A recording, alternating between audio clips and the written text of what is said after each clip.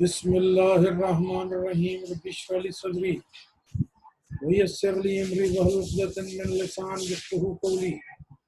अल्लाहुम्मा सल्लि अला सय्यिदिना मुहम्मदिन नबिय्यिल उम्मी व अला सहबिहि बारिक वसल्लम। रब्बना आतिना फ़िद दुनिया हसनतन व फ़िल आखिरति हसनतन व क़िना अज़ाबल क़ब्र व क़िना अज़ाबल हश्र व क़िना अज़ाबल मीज़ान।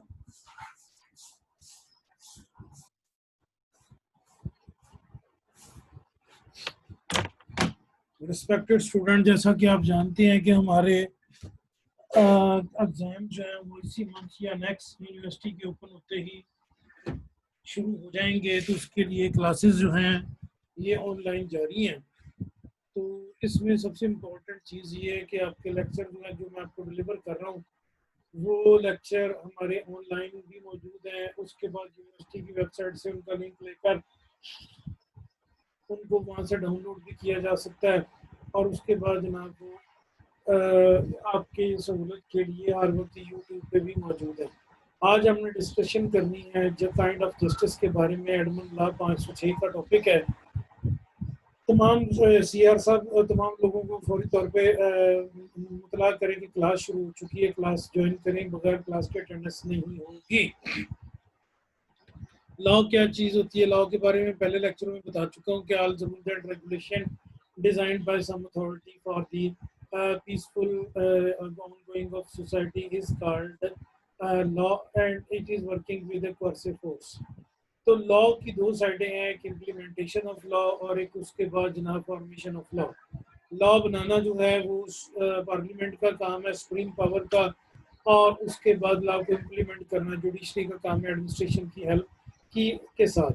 अब लॉ के मकसद क्या है? To provide justice to the people. Justice होता क्या है, जस्टिस की क्या वजूहत हैं, क्या इसकी टाइप्स हैं, कैसे ये सारा किया जा सकता है। एक आदमी रॉन्ग करता है तो क्या उस रॉन्ग को आप खुद दुरुस्त करें या आप गवर्नमेंट से या आप एडमिनिस्ट्रेशन से कंप्लेंट करें या जुडिशरी से कंप्लेंट करें, तो तब आप वो जस्टिस हासिल कर सकते हैं। ये सारी डिस्कशन आज हमने हमारी होनी है। तो लॉ के स्टूडेंट होने के नाते आज डिस्कशन स्टार्ट करते हैं। Justice is the of following two types. क्या जस्टिस की टाइप है? Number 1 natural justice, number 2 legal justice. Natural justice क्या है कि जिसने किसी ने भी रॉन्ग किया है उस रॉन्ग को दुरुस्त करने के लिए enforcement of rights and punishments को कैरी ऑन किया जा सके। Natural justice deal with the enforcement of rights and punishments of wrong according to moral standard as appeal to the mind of the human being. It stands for independent of recognition by the state। तो जितनी भी आज़ाद रियासतें हैं वहाँ पर natural justice का rule implemented है। हमारे चीफ जस्टिस साहब भी बार बार अपने जो डिसीजंस में जो सुप्रीम कोर्ट में कैरी ऑन करते हैं या हाई कोर्ट में कैरी ऑन किए जाते हैं वहाँ ये बार बता चुके हैं कि जनाब ये नेचुरल जस्टिस जो है इसके मुताबिक इम्प्लीमेंट सारे का सारा काम है। अच्छा जी, उसके बाद नंबर 2 है लीगल जस्टिस। लीगल जस्टिस जो है denotes justice according to which the law declares to be just. Just से मुराद है राइट। लीगल जस्टिस में be divided into following two types. Number 1 private justice, number 2 public justice. तो legal justice क्या होता है कि जिसको हमारी अदालतें जो हैं, हमारा कानून जो है डिक्लेयर करता है कि ये सही है, ये गलत है और इसके मुताबिक सारी कार्रवाई फिर की जाती है, उसको हम इम्प्लीमेंट यहाँ करते हैं। तो इसमें जनाब जो इम्पोर्टेंट चीज़ है वो ये है कि जब जस्टिस इम्प्लीमेंट आप करेंगे तो आपको कानून को हाथ में लेने की ज़रूरत नहीं है। कानून जो है वो अदालतों में इम्प्लीमेंट होगा और वहाँ से इसकी सारी की सारी इम्प्लीमेंटेशन हमने देखनी है।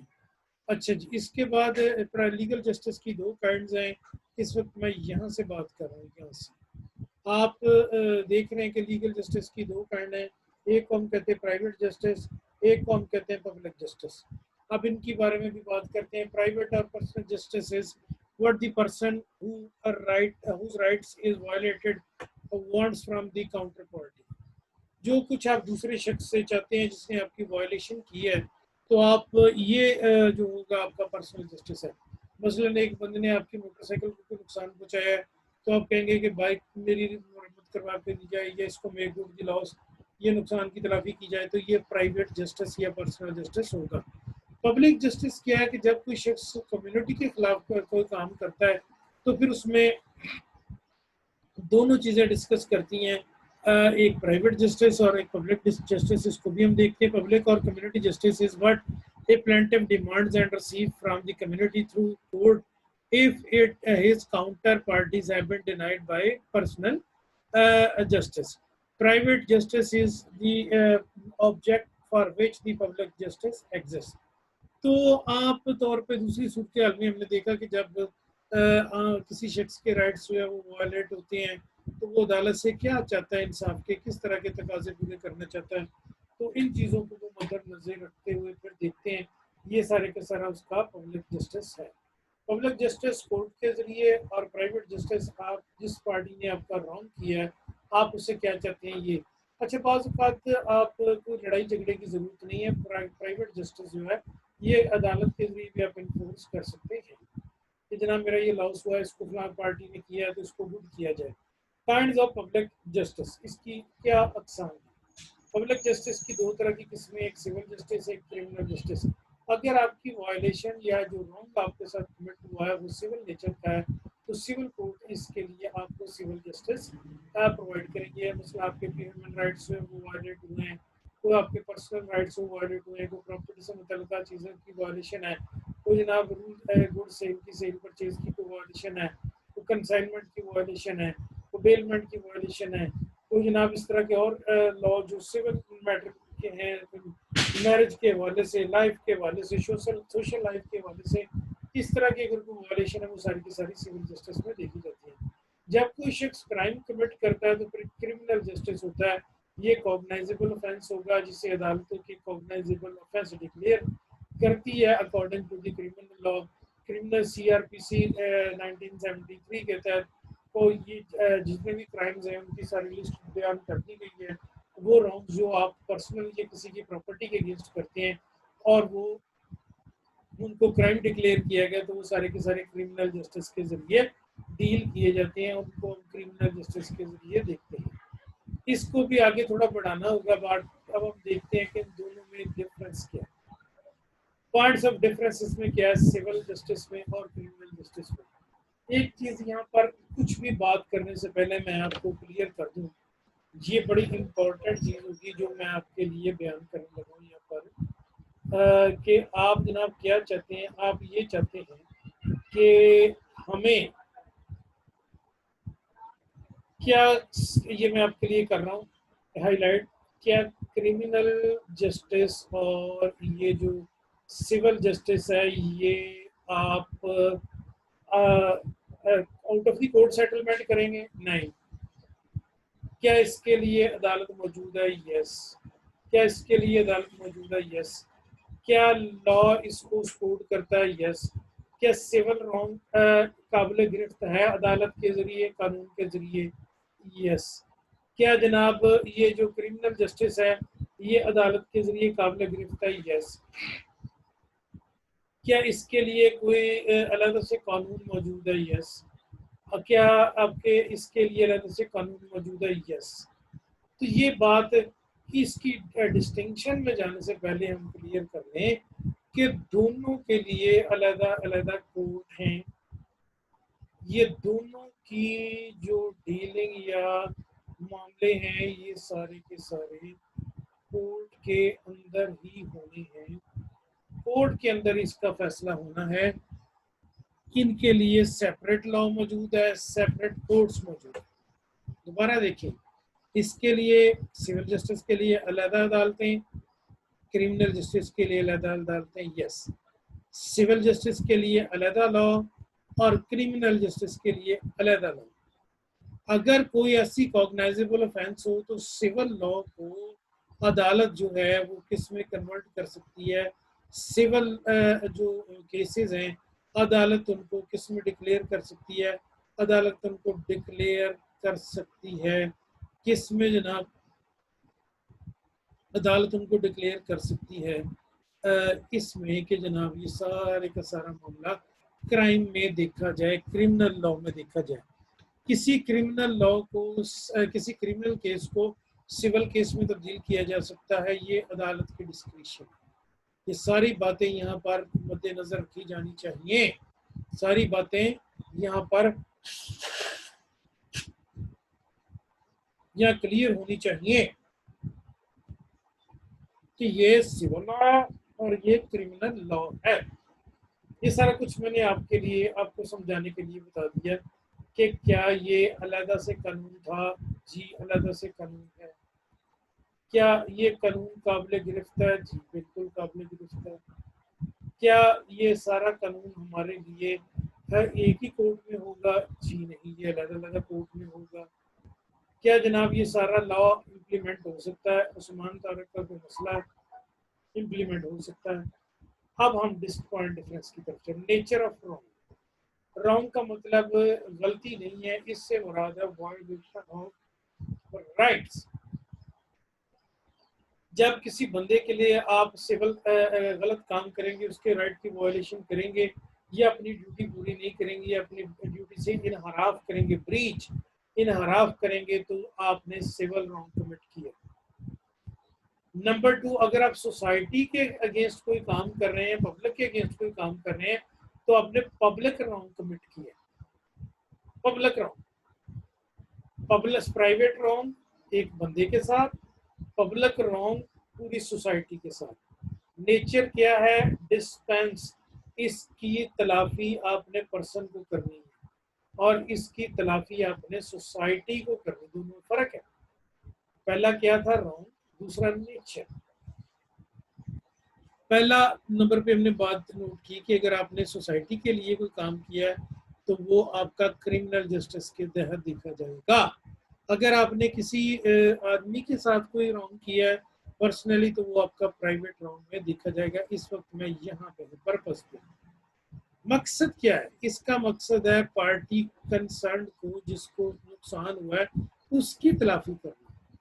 इसका मकसद है कि आपने, मुजरम ने मजलूम की तलाफी करनी है, और यहाँ पर जुर्माना भी हो सकता है, कैद भी हो सकती है, यहाँ पर पेनल्टी भी हो सकती है, सजा भी हो सकती है, और हाईएस्ट सजा होती है कि आप सजाए मौत दे दें। अगर किसी ने कोई मर्डर अटेम्प्ट की है, तो मर्डर अटेम्प्ट किया है तो आप इसको यहाँ पर सजाए मौत तक जा सकते। प्रोसीजर यहाँ पर कानून कौन सा होगा? इसके लिए सिविल प्रोसीजर कोड है, सीपीसी।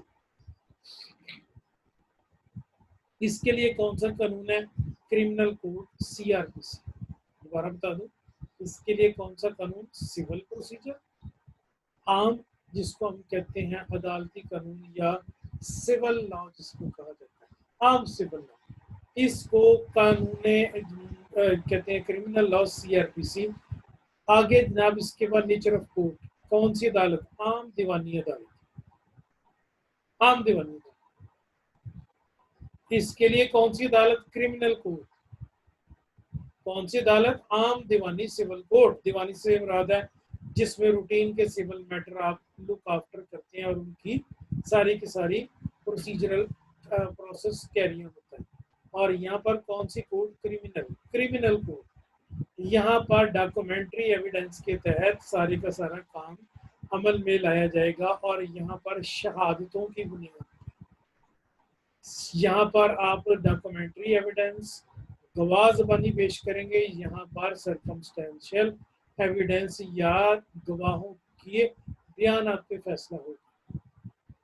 डिग्री ऑफ हार्मफुलनेस, यहाँ पर आप ये कम सोसाइटी के लिए आपने कम नुकसान किया है और बंदे के लिए आपने ज्यादा नुकसान किया। यहाँ पर क्या पोजीशन है? यहाँ पर आपने बंदे के लिए ज्यादा काम किए, नुकसान किया, और सोसाइटी के, और इसके साथ सोसाइटी के लिए भी आपने रॉन्ग कमिट किया है, आपने उसके लिए भी रॉन्ग कमिट किया है। आगे है जी डिग्री ऑफ हार्मफुलनेस के बाद स्टाइल ऑफ टाइटलिंग। क्या आपने इसकी कोई केस वगैरह या टाइटल कैसे होगी, टाइटलिंग कैसे होगी?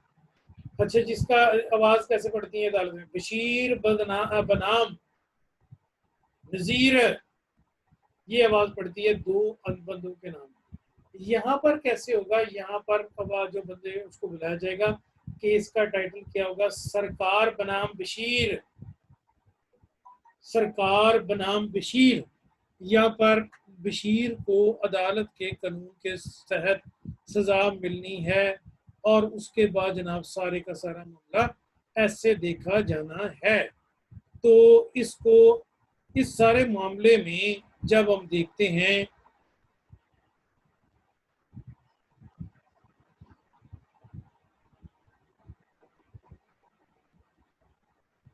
जब हम इस सारे मामले को देखते हैं, 1 मिनट के लिए आप होल्ड करेंगे, 1 मिनट के लिए मैं माइक्रोफोन बंद कर।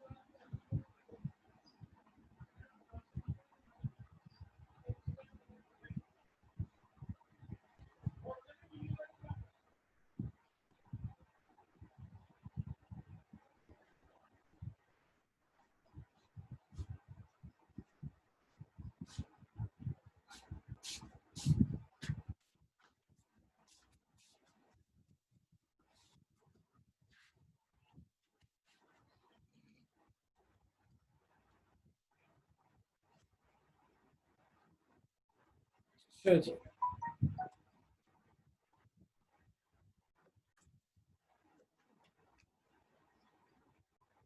तो बात हम कर रहे थे कि सिविल राइट और सिविल रॉन्ग में किस तरह आवाज बढ़नी है बनाम सरकार।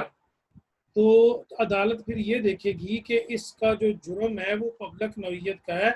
अगर हम इसको कंडेम नहीं करेंगे, सरकार इसको कंडेम नहीं करेगी, तो ये हमारे लिए मसला हो जाएगा, ये हमारे लिए प्रॉब्लम हो जाएगा। इस तरह का काम हम नहीं कर सकते। अदालत जो है उसने इसको अपने मामले के तहत टैकल करना है। इसके बाद आगे आता है जी रेलिवेंट कोड। रेलिवेंट कोड क्या इसकी अदालती प्रोसीजर्स हैं। प्रोसीजर मैंने आपको कानून बता दिया कि सीपीसी का कोड कौन सा है और सीआरपीसी का कोड कौन सा है। आगे बात को बढ़ाते हैं आगे। इसके के प्रोसिक्यूशन, इसकी केस की मुकदमेबाजी सारी की सारी कहाँ होगी, क्या हुकूमत इसमें पार्टिसिपेट करेगी या पार्टिसिपेट नहीं करेगी। जो ये आपका सिविल लॉ है, सिविल लॉ में हुकूमत पार्टिसिपेट नहीं करती। सिविल लॉ में हुकूमत किसी किस्म की पार्टिसिपेशन नहीं करती। वो तो अलहदा पर्सन का ही सारे का सारा हो गया। तो इसमें यहाँ पर अदालत जो हुकूमत ने वो पार्टिसिपेट नहीं करना। लेकिन जहाँ क्रिमिनल लॉ है वहां पर अदालत के अंदर हुकूमत भी पार्टी होगी। अगर आप इमरान ने मोहसिन को अटेम्प्ट टू मर्डर किया तो फिर मोहसिन के अलावा अदालत में सरकार भी एक पार्टी होगी। Meaning of liability, meaning of liability का क्या मतलब है। अब यहाँ पर आपने जब देखना है कि जिम्मेदारी का तयन है कि किस तरह ये काम हुआ, क्या ये सारा सारा प्रोसीजर है, कैसे ये सारा चलना है, तो यहाँ पर जिम्मेदारी का तयन करना भी तो जरूरी है ना। जिम्मेदारी का तयन करने के लिए हम ये देखते हैं कि जब जिम्मेदारी का तयन होना है तो फिर सबसे पहले देखा जाएगा मोटिव, मकसद क्या था इसका। नंबर 2, नीयत क्या थी। इन दोनों में फर्क है। आम जुबान में हम फर्क नहीं करते, लेकिन यहाँ पर लॉ में दोनों में डिफरेंस है कि इंटेंशन का मतलब है कि इसकी नीयत क्या थी। नंबर 3, मैग्नीट्यूड ऑफ ऑफेंस के जुर्म किस नौयत का और किस साइज का है। और नंबर नेक्स्ट के जिसने ये काम खराब किया उसका अपना करैक्टर कैसा है, शरीफ आदमी है या पहले से सजा याफ्ता है। एक आदमी ने एक के मकान को किराए पे लिया और उसके बाद जनाब रहायश इख्तियार की।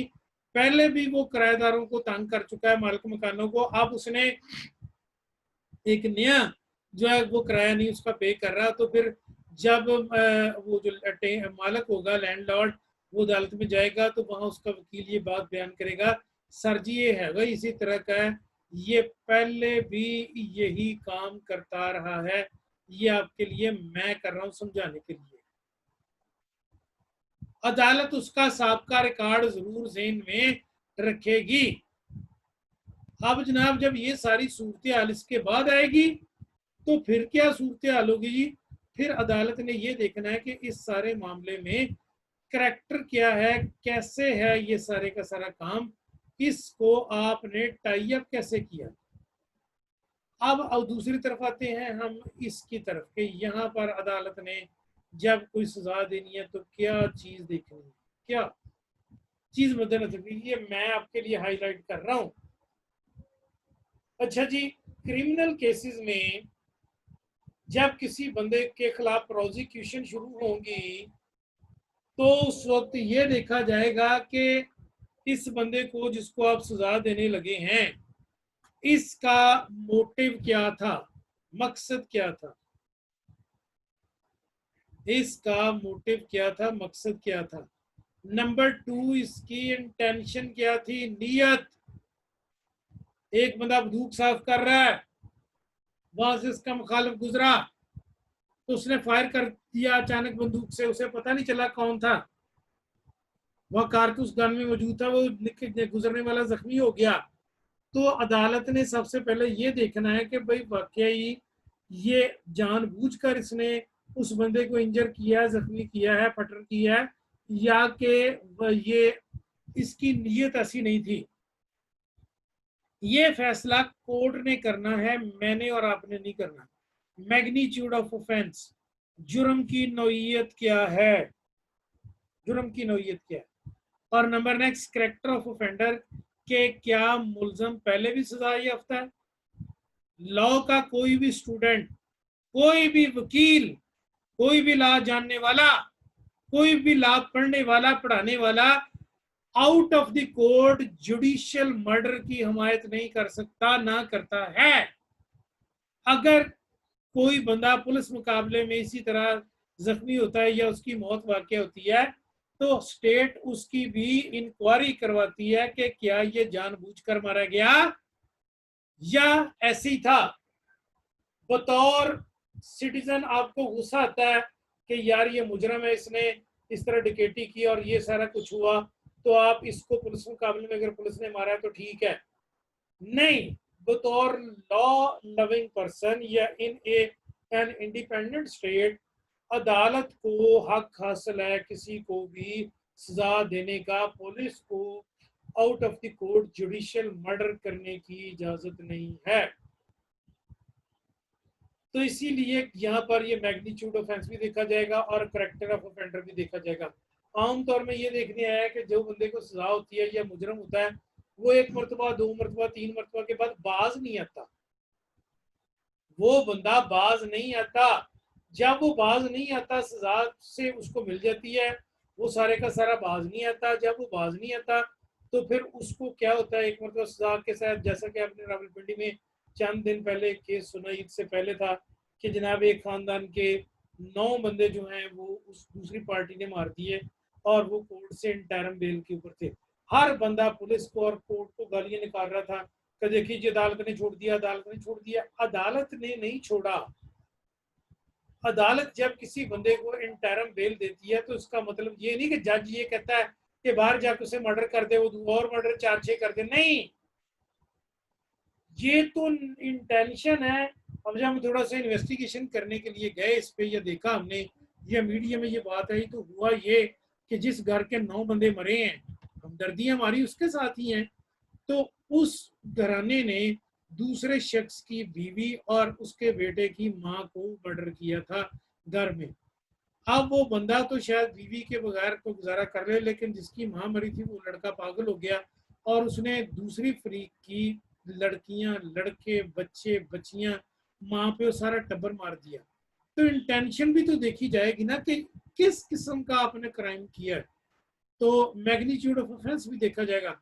अब उनको अदालत में पकड़ लिया गया, उनके ऊपर 2 कत्ल के केस चल रहे हैं, एक पहले वाला और 9 मर्डर वाला। अब बेशक अब ये कोर्ट में कचहरी होगा, वो प्रोसीजर है, आगे गवाहियां होंगी, ये देखा जाएगा। अदालत ने इसके ऊपर सारा कुछ चेक करना है कि जनाब इसका क्या मतलब है, इस सारे का काम क्या है, इस सारे को कैसे डील किया जाना है।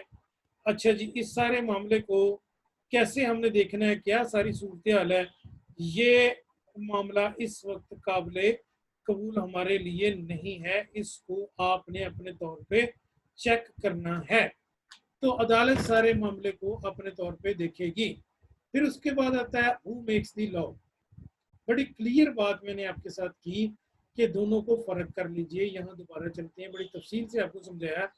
आम दीवानी नौयत की अदालतें दीवानी केस सुनती हैं, जो मुजरमों से रिलेटेड क्रिमिनल कोर्ट्स हैं वो क्रिमिनल केस सुनती हैं। दोनों में क्या क्या डिफरेंस है वो मैंने आपको बताया। Laws are made by super human wisdom. In modern political state they are made for parliament of the state. अब क्या सूरत हाल बनी जी, जब ये सारा मामला ऐसे आया, सारा मामला इसके स्टेट के सामने आता तो स्टेट एक कानून बनाती है। अभी रिसेंटली ये केस है, ये कलभूषण का, वहाँ पर high court, international court of justice में, तो वहाँ पर उन्होंने कहा जी कि इसको आर्मी के ने सजा सुनाई है और इसको अपील का हक नहीं दिया गया। तो गवर्नमेंट ने फौरी तौर पे एक ऑर्डिनेंस जारी किया और उसमें पार्लियामेंट के अंदर लाके उसको क्या किया कि जनाब पार्लियामेंट में लाके उसको पास करवाया। अब पास क्यों करवाया जरूरी है, इसमें मैं जो है बिलावल भुट्टो और उसके बाद मियाँ शहबाज शरीफ साहब, जनाब सराजुल हक साहब और तमाम सियासी जमातें जो थी, उन सब जमातों ने क्या किया, उन सब जमातों ने गवर्नमेंट का साथ दिया कि ये कानून पास हो। अगर ये कानून पास नहीं होगा तो कुलभूषण को शायद इंटरनेशनल कोर्ट ऑफ जस्टिस छोड़ दे। अब आर्मी कोर्ट ने उसे सजा सुनाई है, कुलभूषण को पनिशमेंट हो गई, सजा हो गई है, सजा मौत। तो उसको सिविल लॉ में लाके, सिविल कोर्ट में लाके मिलिट्री कोर्ट की बजाय क्रिमिनल कोर्ट में शिफ्ट किया जाएगा और वहां पर उसका केस सारे का सारा सुना जाएगा।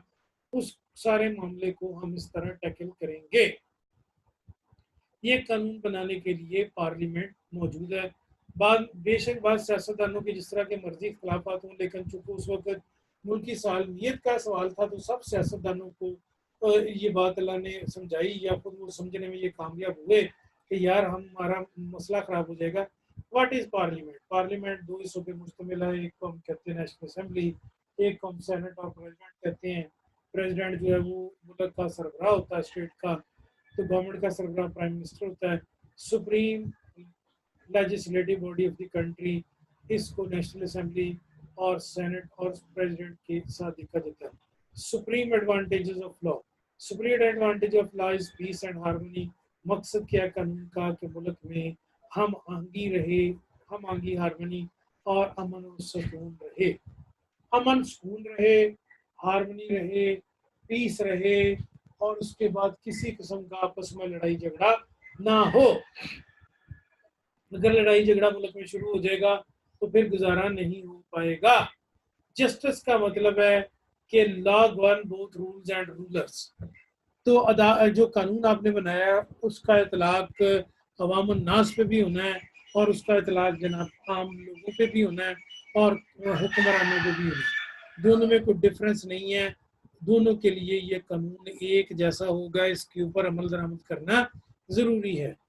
Justice mean every man has his legal rights. जो आपके कानूनी हकूक हैं उनको पूरा हो किया जाए, ये कानून की बेटी कहलाता है। इंसाफ किसे कहते हैं? The daughter of the law, कानून की बेटी है ये। अगर ये जस्टिस लॉ नहीं दे सकता तो लॉ का कोई फायदा नहीं।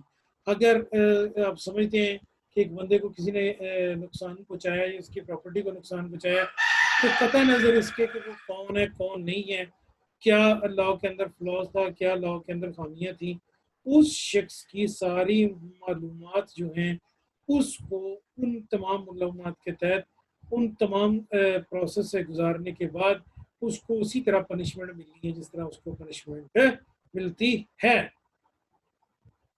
उसको पनिशमेंट कानून के मुताबिक उसी तरह दी जानी है। What law is considered effective law, कि कौन सा कानून जो है इफेक्टिव कानून है? Number one, the issued by uncommanded commander, the sovereign.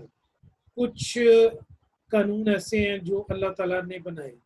The commands are backed by threats of sanctions and the sovereign is habitually obeyed.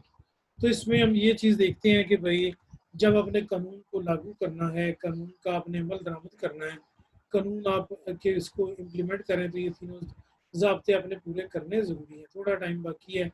अच्छा जी, some important quotation relating to law, कानून के हवाले से कुछ कोटेशंस कौन कौन सी हैं? United State is the greatest law making factory in the world, वहाँ सबसे ज़्यादा कानून साजी होती है। Laws are imperative in nature, कानून जो है वो हुक्मन लागू किए जाएंगे। जो स्टेट ने कह दिया, हुक्म दे दिया, वो लॉ है, उसके ऊपर किसी किस्म का कोई कंप्रोमाइज नहीं है, किसी किस्म का कोई कंप्रोमाइज उसके ऊपर नहीं हो सकता। आगे क्या है जनाब? Law helps the vigilants not the indolents, जिनको अपने हकूक का पता है और कानून उनकी हिफाजत करेगा। जो सोए हुए हैं घर पे, उनके कानून, उनके हकूक की हिफाजत किस कानून ने कोई नहीं करनी। वायलेंस इज इनिकल टू लॉ, अगर अपनी कोई वायलेंस कोई क्रिएट करता है तो वो कानून के खिलाफ उसका जुर्म कंसिडर किया जाएगा। और कानून किसी सूरत वायलेंस नाफरमानी की इजाज़त नहीं देता। कानून सिर्फ और सिर्फ एक ही चीज़ की इजाज़त देता है, पीस। पीपल फॉलो ट्रुथ, पांचवा पॉइंट ये मैंने वन बाय वन आपके साथ डिस्कस किए। People follow truth, truth makes public opinion makes law. तो इनके मुताबिक कानून जो है वो काम करता है।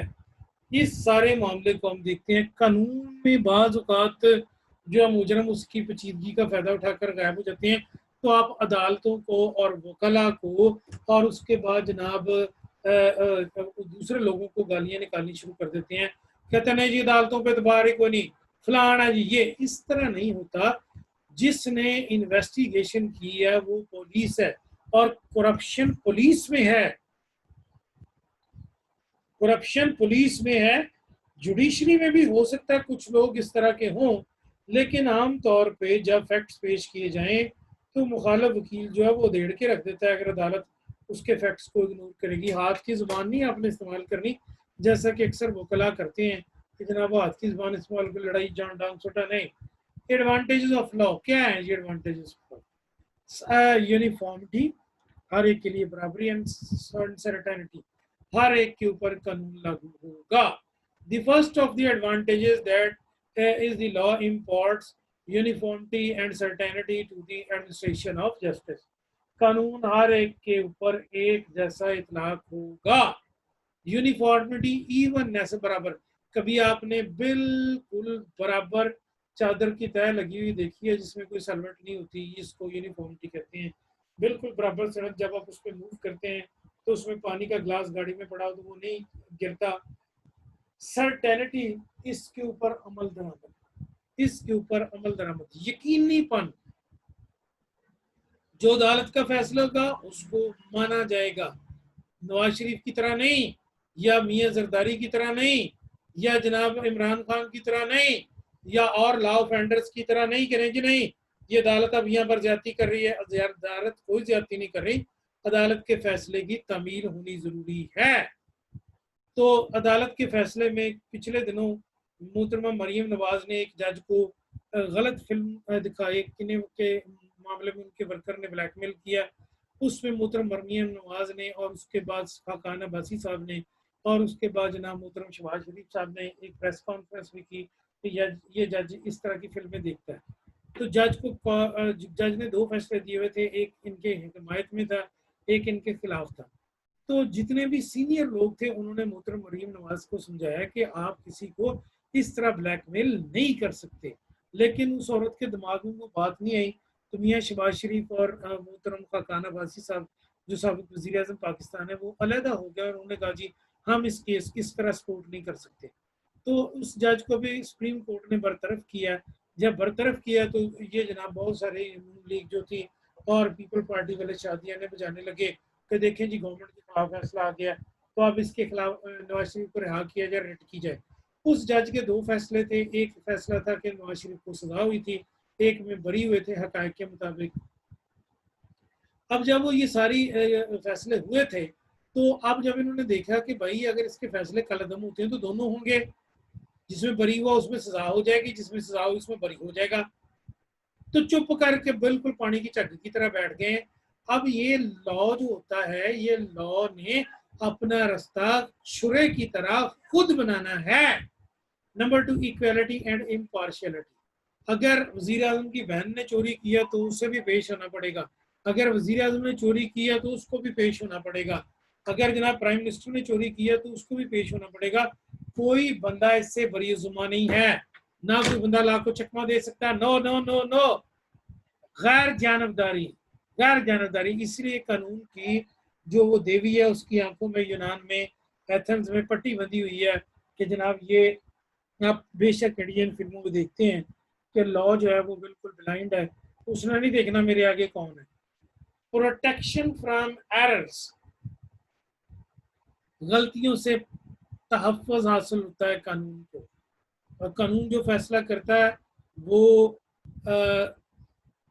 ज़्यादा होता है। मैंने लास्ट टाइम भी सुप्रीम कोर्ट के एक जज की कोटेशन आपके साथ शेयर की थी कि कल जो फैसला उसने किया था उसके मुखालिफ फैसला आज कर दिया। तो जज वकील साहब ने उसे कहा कि सर आपने कल ये फैसला किया था और लॉ बना था। सुप्रीम कोर्ट का फैसला लॉ होता है। उसने कहा I am more wiser than yesterday, तो मैंने जो आज फैसला किया ये भी कानूनी है। तो इसमें ये नहीं हम कह सकते कि जनाब ये ऐसा नहीं होगा। अच्छा जी, इसके बाद लॉ के कुछ डिसएडवांटेजेस हैं। रिजिडिटी, के लॉ रिजिड होता है, सख्त है, किसी के लिए कोई स्पेशल रायत कोई नहीं, स्पेशल रायत किसी बंदे के लिए कोई नहीं होगी। इसमें किसी बंदे को कोई स्पेशल तहफ़्फ़ुज़ हासिल नहीं होगा। इसमें कानून में ये गुंजाइश नहीं है कि आप किसी बंदे को कोई तहफ़्फ़ुज़ दे दें या किसी बंदे को कोई तहफ़्फ़ुज़ हासिल हो, ऐसा नहीं हो सकता। नंबर नेक्स्ट, फिर इसके बाद क्या पोजीशन है जी कि कंजर्वेटिज्म, ये कंजर्वेटिव होता है, ये ट्रूथ फाइंड आउट करके ही रहता है। फॉर्मेलिटीज, लॉ की जो अपनी फॉर्मेलिटीज हैं, गवाहियों वाली, रजिस्ट्रेशन वाली, टेस्टेशन वाली, ये पूरी करनी जरूरी है। इसमें कॉम्प्लेक्सिटीज बहुत होती हैं। वो कहता है नीडलेस कॉम्प्लेक्सिटी, जिन चीज़ों की ज़रूरत नहीं है वो भी सारी की सारी लॉ में सारी मौजूद होती हैं। तो डिसएडवांटेजेस में हमारे सामने ये चीज़ें आती हैं और इनके ऊपर अमल दरामद करना भी ज़रूरी है। तो आज का हमने जो बात टॉपिक डिस्कस किया, जिसके ऊपर सारी हमारी बहस हुई है, वो ये है कि जी लॉ क्या चीज़ है और लॉ की तहत जस्टिस की क्या चीज़ है। मैंने बताया नेचुरल जस्टिस होता है और प्राइवेट लीगल जस्टिस होता है। नेचुरल जस्टिस और लीगल जस्टिस की आगे दो काइंड डिस्कस की, फिर पब्लिक जस्टिस की आगे दो काइंड डिस्कस की, फिर पब्लिक जस्टिस और जो लीगल जस्टिस था इसको हमने कंपेयर कंट्रास्ट किया। फिर उसके बाद जनाब लॉ की देखा कि फॉर्मेलिटीज़ क्या हैं, इसके एडवांटेजेस क्या हैं, इसके डिसएडवांटेजेस क्या हैं, इसके ऊपर अमल दरामद कैसे करते हैं, फिर इसको आप कैसे इम्प्लीमेंट करते हैं, कौन सी अदालतें जो आपकी हेल्प करती हैं कौन सी अदालतें जहाँ ये केस जाना है, ये सारा कुछ यहीं तक रखते हैं। तो हमारे पास चैट में इस वक्त मौजूद है। विजिलेंट का मतलब होता है आगाह रहना, विजिलेंट का मतलब है आगाह रहना, अपने हकूक से आगाह रहना है। जिस तरह स्लीप है, स्लीप का अपोजिट विजिलेंट है। जब आप गाड़ी चलाते हैं तो आप अपने होशोवास में आगाह हैं, सज्जे खब्बे से, यू आर विजिलेंट। जब आप बाइक चलाते हैं तो आप विजिलेंट होते हैं। तो जब आप सोए होते हैं उस वक्त आप विजिलेंट नहीं होते। आप जब घर में बैठे हैं आप उतने विजिलेंट नहीं होते। आपके सामने एक दीवार है, आप उसमें विजिलेंट है कि मैं टकरा ना जाऊं चलते हुए। मोबाइल पे अब जब आप काम करते हैं तो आपकी विजिलेंस जो है वो नाकाम होती है, फिर उसके बाद आपको हट किया हो जाता है कोई ना कोई। तो काम ये ख़त्म करते हैं। Thank you so much. Lecture download कर लीजिएगा। Thank you.